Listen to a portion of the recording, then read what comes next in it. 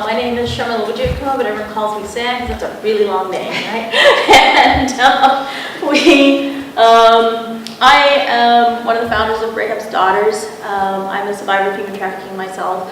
I was 16 when it happened to me, and I was trafficked here in Barrington and in Chicago and in Houston and overseas in a lot of different situations. And it took me a long time to figure out that I could do something about it that would be empowering to me and to others. So we started Rahab's Daughters, and we first actually worked overseas in 13 Spanish-speaking countries to stop child trafficking. And a few years ago, in 2012, we came back from Europe, where we were stationed doing that, and we started working here in Illinois. And I just want to give you some of the statistics of what's going on here.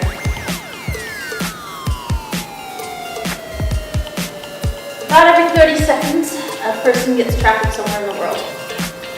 Here in Illinois, we have about 15,000 women and children trafficked every year, 60 miles radius of here. 62% of those are under the age of 18 when they're first trafficked. In fact, the average age here is 12. For girl, 11 for boy. 40% of cases are children that we actually find them as children.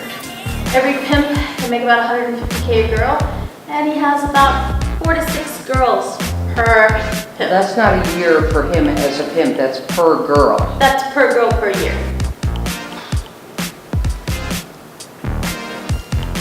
30% of teens who run away from home, girls, 95% of them will be trafficked within 48 hours of leaving home. 83% are U.S. citizens, so everybody thinks they're coming from somewhere else. 83% are U.S. citizens. There are hotspots around the U.S. for trafficking right now. So it's just a little bit of a few of the facts that we have. So I want to sort of start back with what is human trafficking, because a lot of people don't know what it encompasses. So we have 4 basic kinds. Labor trafficking, which we see a lot here in the Barrington area. We have a lot of domestic workers who are used as slaves. We have a lot of nail technicians that are used that way. A lot of the folks who work in Barrington. So the folks who work on the race course in Arlington Heights are forced labor trafficking. A lot of farm workers, folks who tend to the horses are often labor trafficked. We have a very large problem with child and sex trafficking, even here locally. But we don't really have much of a problem with the organ removal. We're more the recipients of the organs, not usually the ones who are ripping them out of people. So that's, I guess, if there's a positive, that's one of them. A lot of people think that prostitution and human trafficking are not the same thing. And most people say to me, but she made a choice to become a prostitute.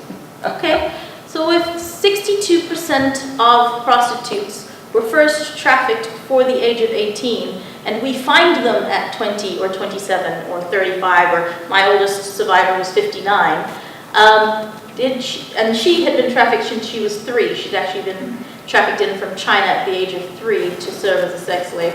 Did she have a choice? Just because I found her when she was 59, does that mean that she was a prostitute by choice? Because I would really like people to challenge that perception when they hear it out there, because that's one of the hardest perceptions to fix. It's that people say to me, look, they want to be there. Do you know any children, when you ask them what they want to do when they grow up, that say, I want to be a hooker, or I want to be a stripper? I don't know children that say that, right? That's not anybody's dream in life.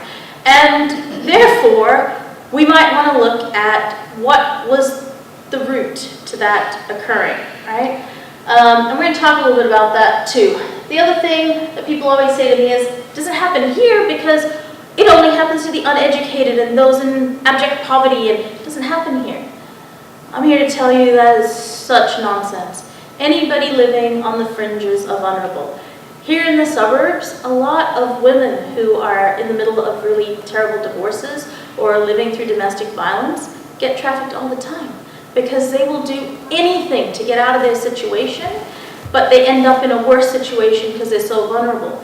We've had trafficking rings literally taking people out of some of the domestic violence shelters and coercing them into it, and then blackmailing them to say that they will use it again, give the information to their husband to make the divorce so much more challenging. So now they're stuck in an even worse cycle.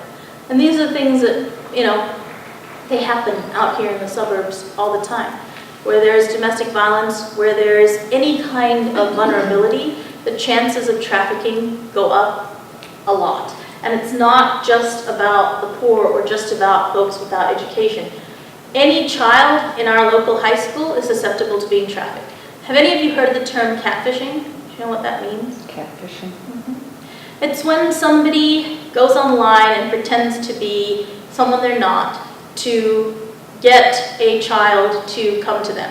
And here in the suburbs, I'm going to tell you some stories. Some of these you might have read about, others not. But we recently had in Lake Barrington a family that rented out their home for an Airbnb, and a gang rented it out, and the rival gang came and they started shooting. When the shooting ended, they figured out that actually they had originally rented it so they could use it as a brothel for the days that they were going to be in town. Because the way to not get caught when you're trafficking children is to move a lot, because none of us or law enforcement or anybody can keep up with you if you keep moving to a different Airbnb every day or every other day or whatever. We just can't keep up with you anymore, right? So, and we can't safely figure out a way to do reconnaissance to go in and extract because it's too dangerous for us.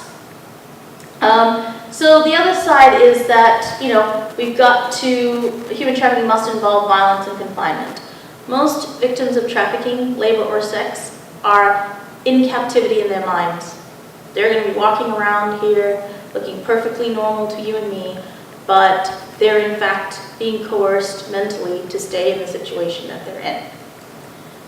So here in the US, trafficking is a $38 billion industry. Around the world, it's now $1 trillion industry. $1 trillion. That's more than some countries have in, you know, economies. We are a 501c3, and we operate here in the area. We have our corporate offices here in Barrington, and we have a thrift store in Cary with a vocational training center. We have some safe houses in the area. And so we do everything from education, like we're doing tonight, to rescue, to rehabilitation. So we kind of run the gamut. This is our board. 4 of the 5 of us live in Barrington. And we came together to do this because we worked for Willow previously, Willow Creek Community Church, and as part of their anti-trafficking ministry for a while, but we really wanted to house. We realized that there was such a shortage of housing. In fact, in the state of Illinois, there's less than 50 beds for human trafficking victims, but 16,000 victims a year. So obviously, we have a bit of a problem. So we felt like that was an important part of what we wanted to do. So we do education and prevention. So how do we educate? We educate to prevent demand. We are the epicenter of demand, folks, and most affluent neighborhoods in the suburbs of Chicago are in fact that way. Naperville, Hinsdale, Barrington. We like to purchase pornography, sex, a variety of things, and unfortunately we need to educate about why that's not okay. And why it's not an entitlement to take your kids to the strip club when they turn a certain age, or to, you know, do a variety of other things. We try to educate to empower families and kids to not fall prey. So we teach them about online safety. We teach them about what to look for. And we had a recent case out here in the suburbs. It wasn't in Barrington, but it was one of our neighboring suburbs. And a little 9-year-old boy was playing online gaming, and he thought he was talking to another 9-year-old boy. And he told his mate that he was going down to the baseball game, and he went down there, and the guy thought that the kid would be left alone, but fortunately in this case, the parents stayed to watch the game. Because a lot of times now, parents are busy and they drop, leave, come back, right? And expect that the coach has everything under control. But the coach can't always have everything under control. And fortunately in this case, the mother saw her 9-year-old son talking to a grown man, so she walked up to him and said, "Hey, who are you?" And the little boy said, "Hey, this is my friend, I've been gaming with him." And the mom's like, "I thought you said he was 9. It's like, "No, this is the guy." Mom immediately called the police to find out that this guy had actually had 21 other victims that he would go to games and rape the kids. And that's not trafficking, but it is catfishing. And it's, if he at least wasn't taking them away, but the next level of that is in fact trafficking, where the kid just goes missing. And if you follow me on Facebook, you'll find that we post a lot of the missing children there because many, like I said, within 48 hours, they're trafficked. So the faster we can try to find them, the better. And that's some of the things that we educate on, as well as the fact that human trafficking is now one of the worst crimes, but on top of that, there are more people in captivity serving as slaves, either domestic, labor, sex, than there were when we abolished slavery. Yeah, there's over 27 million now. In this country? Around the world. Around the world. And that's too many, guys. That's just too many. So we definitely want to, educate on that topic. The next thing we do is we try to help people understand what the cycle looks like. So a lot of times there's abuse or neglect in the home, and the child will either be thrown out or will run away due to abuse or neglect. They're now homeless, right, for obvious reasons, and they're vulnerable. And there aren't enough homeless shelters in the area. Closed and they can't take any more. They will offer these girls something. So this, we're going to call her Miss B. You will see that she's been branded around her neck. He actually tattooed his name on her because that's the new thing now. They're just property, so we're going to brand them. Some of them actually just get barcodes on their necks. Miss B was rescued by us. You can read this on our website. But one of the key points for her was the fact that she had never had somebody tell her that she could be something, that she could actually do something. Because she ran away from home when she was she was thrown out of home when she was 13 because her mother was living in Evanston and had a new boyfriend, and Miss V said, your boyfriend is harassing me, and the mother said, "You're messing with my money, get out." Threw her out on the street, 13 years old. So she ends up on a street corner in front of a Burger King. And a guy, 45 years old, she's 13, shows up and buys her Burger King every day for a week. And she thinks, "This is awesome, he really loves me." And then he starts taking her to get her nails done, buys her some clothing, and says, "Hey, come live with me, I'm going to take care of you." And everything's good for a month or so. And then she comes home and he says, "You know what? I've run out of money and you're going to have to help me." And she says, "13, what do you want me to do?" And he says, "My friend's coming over. Do whatever he says, and when you're done, he'll give you money." And that. Now she's between a rock and a hard place because she doesn't have anywhere else to go. And nobody else has shown her that kind of love. So in her mind, she doesn't think she has any other choices. She's also 13, so her ability to process this just isn't there yet, right? That maturity that comes with age, it's not there. They're not making good decisions. Therefore, the decisions that they make are to go ahead and go along with this. So Miss V, we didn't get her until she was 16 and a half. So she spent 3.5 years as a slave. And she really just didn't have any self-respect at all. And she had learned how to be only seductive in every situation. So if you took her to McDonald's, she wanted to pick up the guy at McDonald's. If you took her to anywhere, she only knew one kind of behavior. And it was a real challenge. So a little bit before and after, She's doing great. She's been with us almost 2 years now. She's going to college. She got a 3.0 after we got her through high school, and we obviously had to put her on an accelerated program of homeschooling that got her through. We used some different curriculums, and then we sent her off, and I wasn't sure. She went, yes. How many pregnancies did she have? She had 2, and every single girl I've ever picked up has some form of STD. And what happened to those babies? Aborted. Aborted? Yeah, the pimps abort them. If there's one of 2 ways that they go about it. Number 1, they will make them have the child, and then they have control of the women because they're the parent of the child. And 83% of those children end up in prostitution as well. A lot of our child victims come from that type of scenario.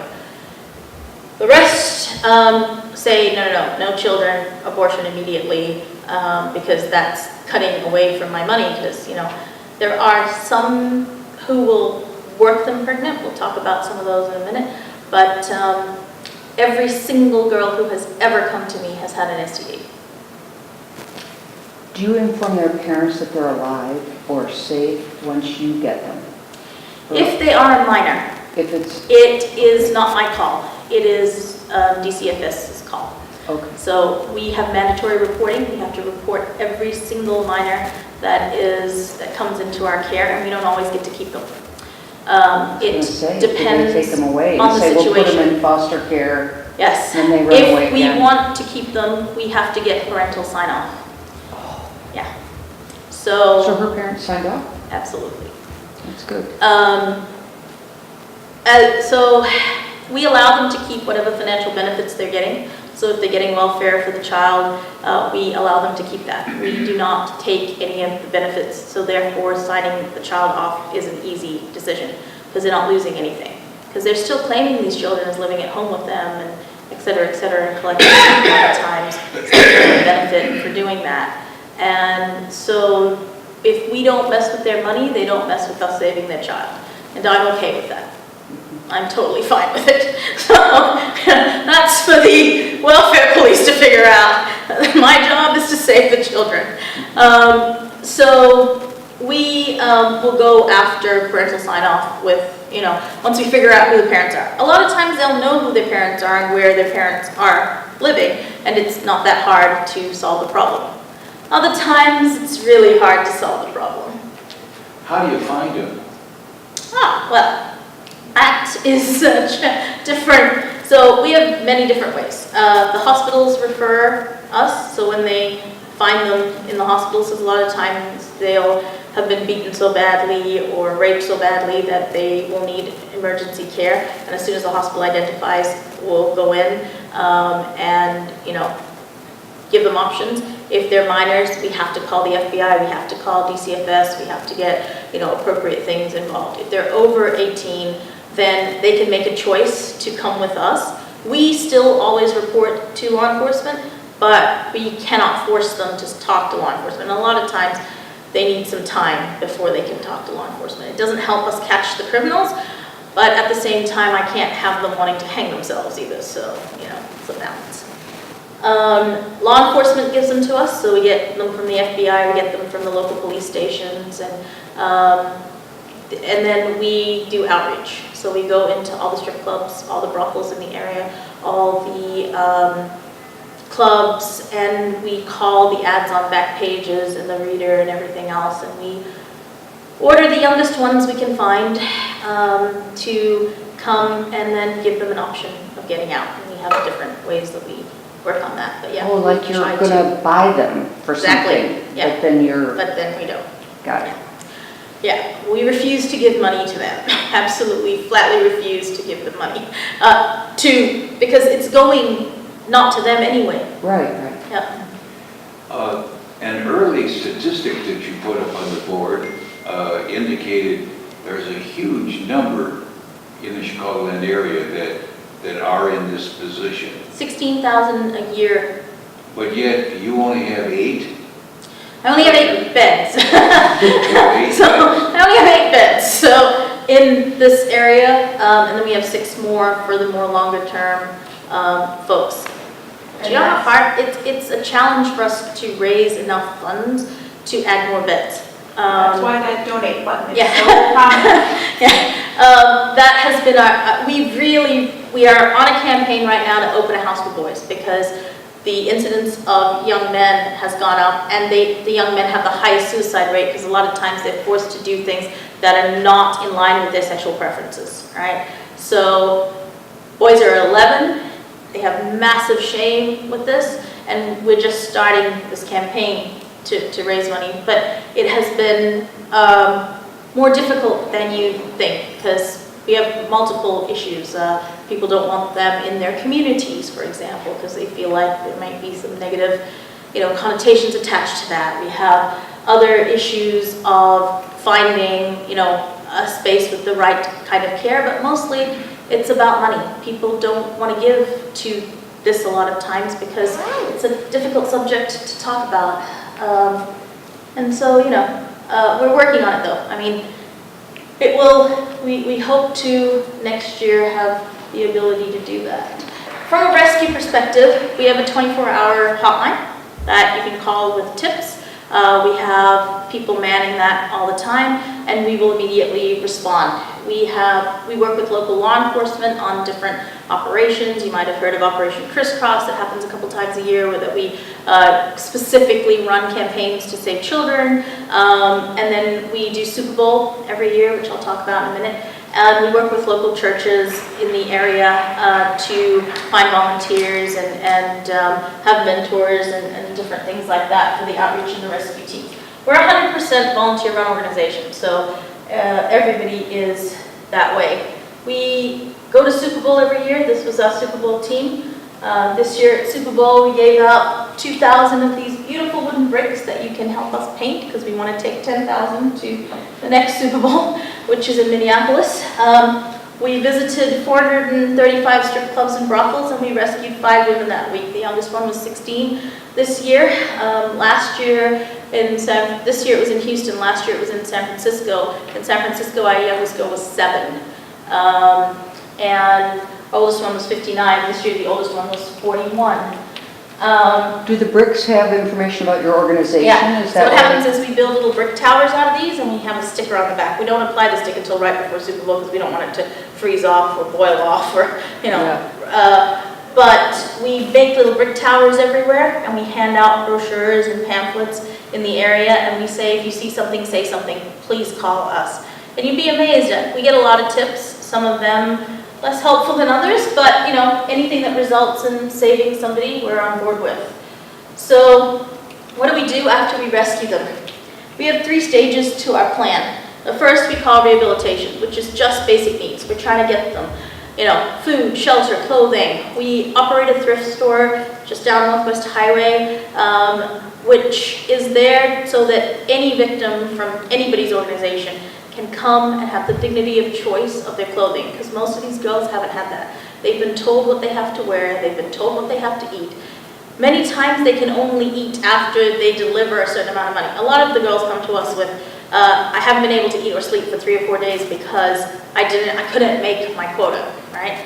And so we try to give them food and medical care immediately. We have great relationships with the local hospitals who are amazingly helpful. We have a lot of mental health initiatives that help us to provide free therapy and different things like that, because obviously that's really important. And so once they get that and their identification back, that's the other key thing to move from one stage to the other, because most of them come to us without ID. Then the second stage is what we call the re-assimilation stage, which is they get to write up what we call a dream plan. What is your dream? What do you want to do? If you could just pick anything. And some of them take longer to dream than others, because for some of them, the dream is just to be safe and have 3 meals a day. So sometimes it takes them a while to get the courage back to actually dream bigger than I just want to eat and sleep, which is okay. We'll give them all the time they need. But once they get to that stage, then it's great, let's get there. So many of them will say, I want to finish high school, I want to go to college, I want to become a hairdresser, I want to, whatever it is. And we have a lot of organizations in the area that will help them. So I have some realtors that will teach them how to do that. I have car dealerships that help them to, learn different skills. I have all different kinds of companies in the area that help them to learn different skills. And we run a vocational training center as well, where they learn merchandising, fashion, computer skills. For us, education's key. What we say to our girls is, listen, people can take your money, they can take your dignity, they can take your clothing, they can take everything, but they can't take your education. So however many times you decide to fall, if that's what happens to happen, you can pick yourself back up again because you have an education to start on again. We're going to teach you some other coping skills, so hopefully those triggers won't make you fall. But if they do, if you have problems, the one thing we want you to walk away with is a solid education so you can be at whatever the next level is and do something about it. So, whilst we do try to give as many choices as possible, we definitely want them to leave us with a vocation or a trade or some kind of college education so they can have a fresh start, basically. Right? And that's the third stage, independence. So, do you have a job? Do you have an education? Can you support yourself now? Do you have the things you need to now live alone? And then we work with local TLP programs, which are transitional living programs, a bunch of them in several suburbs in the area, where the girls then start living there after they've got their education and different things, and they start paying small amounts of rent, like $100 or $200 or whatever, and on a sliding scale. So Fellowship Housing, 360, St. Alexis, they all have different TLP programs that the girls can then start to be a little independent to a lot independent. So eventually those programs usually last a year or two, and they get then processed out with the ability to then have their own place or a shared apartment. But now they're working, and they've had maybe 4 or 5 years of program, and they're, at a much better state. This is one of our Super Bowl rescues. Miss L was found on the side of a San Francisco street, 6 months pregnant, literally absolutely worn out, and we gave her a rose, because we give roses out when we do street outreach, because usually that's not something that they'll throw away quickly. They're usually wooden roses or cards tied to them, and she called the number on the back of the card and was like, I need help, I gotta get out. This was her very first ultrasound ever. She was 6 months pregnant. She'd not had any care at all for her pregnancy. And she actually, the baby's born now and doing really well, and she named it Rose because she said a rose changed her life.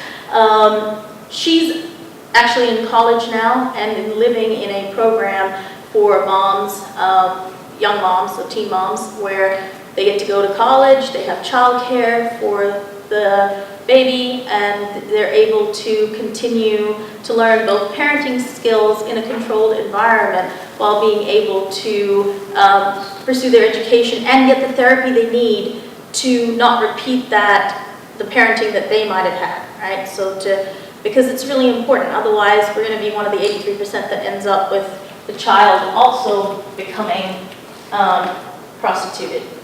This is unfortunately our youngest victim of 2016 in the thrift store. She's with her mom right there. She was raped repeatedly on camera and sold. The taping of that was sold. And in this case was kind of a strange case, because actually the mom was the daughter of a pastor who got pregnant, and he threw her out on the street. And she was trafficked immediately, within 48 hours. The first child her mother took in, but obviously, she got pregnant again. And the second one, mom didn't want, plus it was a girl, so the pimp definitely wanted it. So pretty much, from the video that was found by the FBI, they think that it was probably around 9 or 10 months when they first started abusing her. And the mother knew. The mother couldn't do anything about it because she was also being held as a slave. Yep. But they're now doing great. We were able to reunite her with her brother. We were able to get her brother additional housing assistance to be able to have a large enough home to accommodate these guys. And so they're all, living together, undergoing therapy, having counseling, and she's doing job training right now. So, and the little one is in preschool. So, it's progress. It's not awesome, but it's progress. So, obviously we have a lot of things going on, and there are many ways that you can help. One of the first things I ask people to do is, please talk about this. It's something that people want to sweep under the carpet. They don't want to talk about it, and they don't want to tell each other that this is happening in their neighborhoods. And, I mean, it doesn't sound terrible, but wives ask your husbands, have you been to the strip club lately? Have your buddies been watching porn? I mean, because that online pornography is just as bad. Because you don't know how old those girls are. You have no idea. So please talk about it. If you want me to come and talk about it, get a group of your friends together. I will happily come or send one of our volunteers to tell them about some of the stuff that's going on because it's important. We do prevention, so if you are parents of teens or preteens and you have, Girl Guides, Boy Scouts, whatever it is, we'll be very happy to come and teach your kids and their parents how to avoid being trafficked and give you some very specific ways to stop that. You can come volunteer. We always need volunteers in our thrift store. We always need volunteers in our vocational center. We always need volunteers for everything. Right now, we really need volunteers to run some brick painting parties because we really need some bricks. If you're good at marketing and branding and stuff, please do let us know because social media and those sorts of things we need help with, most definitely. And of course, donating your time and money definitely helps. So if there's something that you're really good at, whatever that is, I'm sure we need help with it. If it's landscaping, trust me, we have gardens that need help. If it's, it doesn't matter what your skill set is, we probably have someone that you can help because they either probably have that passion or interest, or we might need it in our safe houses or our vocational center or whatever. So, if you're the plumber, I definitely need you. There's so many, there's very rarely does someone come to me and say, hey, I'm an expert at this, and I go, don't know how we could use you. That almost never happens. I would love to see more of you. I'd love to take some questions now, if anybody has some. The girls who are branded, do you try and have those removed? We do. We work with Inc. 180. So Chris comes and he runs a ministry that just does that. He de-tattoos gang members and human trafficking victims. And he comes, and if we can't take it off, because sometimes it's like in a place that we would scar them or whatever, then we do a new one. That's something of their choosing to cover it up. So the girl who has Victor, when she graduates, she wants to turn it into victory. She says that it will be a sign of her victorious coming through this. And to me, that's just amazing that she would want to keep it as a reminder, but then change it into something so positive. And it's so cool. And obviously, Chris does that for free for them. So it's amazing. Other questions? You mentioned before that you have about a 20% success rate On the first time through. On the first time through. in the first time. Do you feel that a lot of those kids will come back?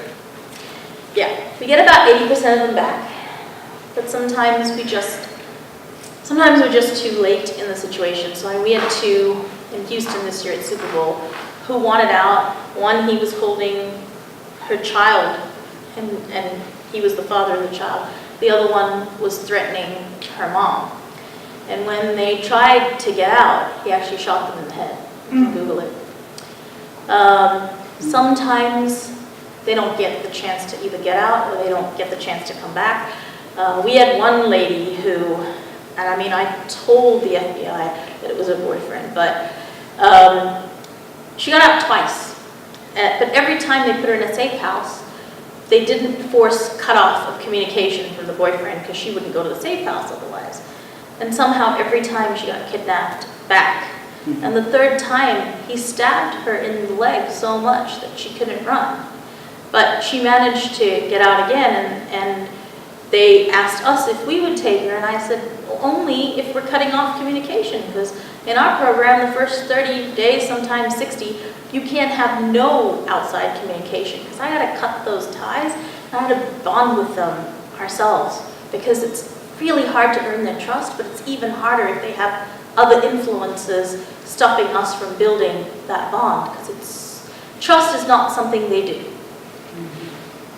It's a little better because they know, once they hear my story and they know that I've been there, it's a little easier, but even still I have to pull out my criminal record sometimes, or I have to pull out like pictures from the ads, you know, in the different magazines from years ago and say, hey, no, look, this is me.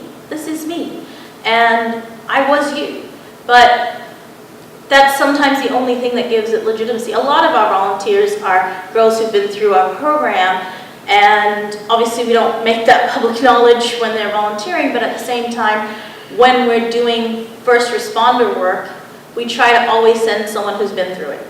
And if they haven't been trafficked, that they've at least been raped so they can understand. Because otherwise, it's really hard to bond at that first extraction. It's really hard. Because they're terrified of us. Regarding the financial end of things, as the money comes in, is there some kind of a delineation as to where the money goes? And how much of the money goes for administrative purposes? We don't have any staff. 100% of everybody, including me, are volunteers, and we all have day jobs that support us. Every single Safe House parent is there out of the kindness of their hearts. Nobody gets paid for this. So 100% of everything we raise goes to programming. Or we do obviously have the Safe House in Indiana, which is an actual safe house that has a, you know, we have RAs and stuff there, but they're also there by choice, but we do pay rent and utilities and all of those sorts of things at that safe house. But other than that, we don't, our overheads are for having the vocational center and having the property to do these things in, and spent on obviously outreach and going to Super Bowl and stuff like that. We're very happy. We're a 501c3. Our records are public. You're welcome to look at them. And we operate on a shoestring budget because everything is done by volunteers. And we are so thankful for our volunteers and the just amount of amazing things that they do for us that we couldn't imagine to be able to accomplish what we've accomplished. Wouldn't be possible without the amount of people that donate stuff to us, and you know, it's amazing. About the staff that you have, do you have psychologists on the staff? Do you have Yep, my husband is actually therapists? Yep, my What have you? husband works full-time, and he's a PhD in human services and a doctor of psychology. We have a bunch of volunteers, from chiropractors to doctors to nurses to nurse practitioners with mental health backgrounds. We have nursing instructors with mental health backgrounds that serve on our mental health teams. But even better than that, we have hospitals in the area that provide pro bono care, sometimes, not always, but whenever they can, pro bono care to our girls, especially in the acute states. And then obviously, once we get them identification, we apply for Medicaid for them, and then they have a way of getting that care. But in the acute stage, before all of that, our community is amazing. They're amazing at helping with these sorts of things. And many doctors and nurses come and supply there. We have lots of therapy centers that do mental health care, and a lot of churches that offer counseling services that offer that to our girls free of charge. I'm thinking that you mentioned, first of all, education. So an event like this, I work at a different library. If I wanted to host it, Absolutely. yeah. I won't promise it'll always be me, but we will send somebody. Absolutely. Yeah. You know what our biggest expense is? It's medication. One of our largest line item expenses is medication, because mental health drugs cost a lot of money. Sometimes $500 a girl per month sometimes, in especially the really acute states. And that's something that most of the time there's no way to do it except to pay for it. Because there's a very long process to get it for free from AstraZeneca or whoever the company is, you know, Novartis, whatever. So a lot of times the first couple of months we'll have to figure that out. That's probably one of the tougher things that we haven't found a way to figure out what to do with yet.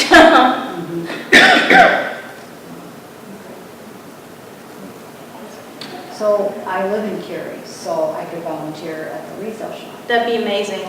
We are really short of volunteers at the resale shop right now. There's a volunteer application on our website if you want to click on the cards. Yeah, because obviously we need to background check you because you're dealing with a vulnerable population. Sure. Wonderful. Thank you all so much. Thank for coming. you.